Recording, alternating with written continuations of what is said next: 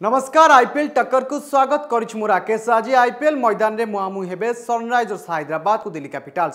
Sunrisers Hyderabad आज match जितवा लक्ष्य थिबा बेले दिल्ली कैपिटल्स मैदान में भल खेलियो बोली जोरदार प्रयास चलाई। तेबे आज मैच को नहीं दुईटी दल किभली प्रस्तुत चलाई आसंतु नजर पकाइबा।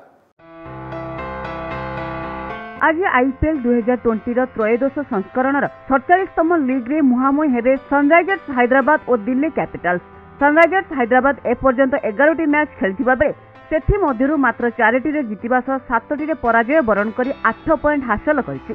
तेणु दल पई एही मैच प्ले ऑफ दृष्टिरु बेस गुरुत्वपूर्ण रहिछि। अन्यपटे दिल्ली 11टी मैच खेलिथिबा बेले 7टी रो जिति 4टी मैच रे पराजय वरण करी 14 पॉइंट रे द्वितीय स्थान रे रहिछि। दल निजर स्थान बजाय रखिथिबा बेले एही मैच को जीति निजर नंबर 1 स्थान को फेरिबाकू लक्ष्य रखिबो बोली जणा पड़िछि। आईपीएल लीग पर्याय शेष हेबाकू आउ मात्र किछि मैच बाकी अछि। 2016 रे सनराइजर्स हैदराबाद टाइटल जितिबा पय 5 दिन मध्य रे 3टी खेल जीति आगु को बढ़िथिले एवं आज को प्राय 4 वर्ष परे सेमानकु समान आह्वान मिलिछि। किंतु एहा सेमानकु टाइटल ग्यारंटी देबो नाही।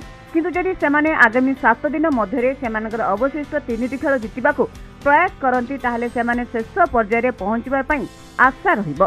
सेपरि शिखर धावनक परिवर्तन सेमानकु प्रोत्साहन प्रदान करिछि। पृथ्वीक मैच रे प्रदर्शन भल रहितबा बेले राहाणे एपर्यंत फॉर्म रे नाहंती। ऋषभ पंत का प्रदर्शन मध्य सेतेटा भल नाही। एबे प्ले ऑफ पय टक्कर जोरदार देखिबाकू मिलिछि।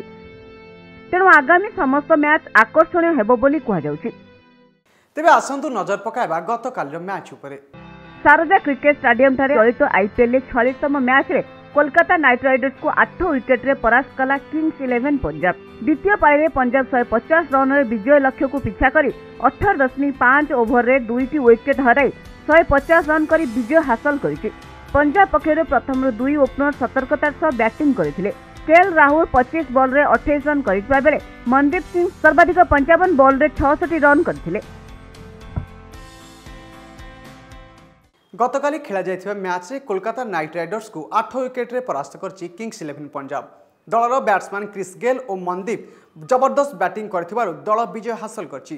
तो आगामी दिन में यह 2 बैट्समैन भल प्रदर्शन करेंगे बोली दलर अधिनायक आशा रखिछन्ति। तो दर्शक बंधु आज तो समय हो जाइछि।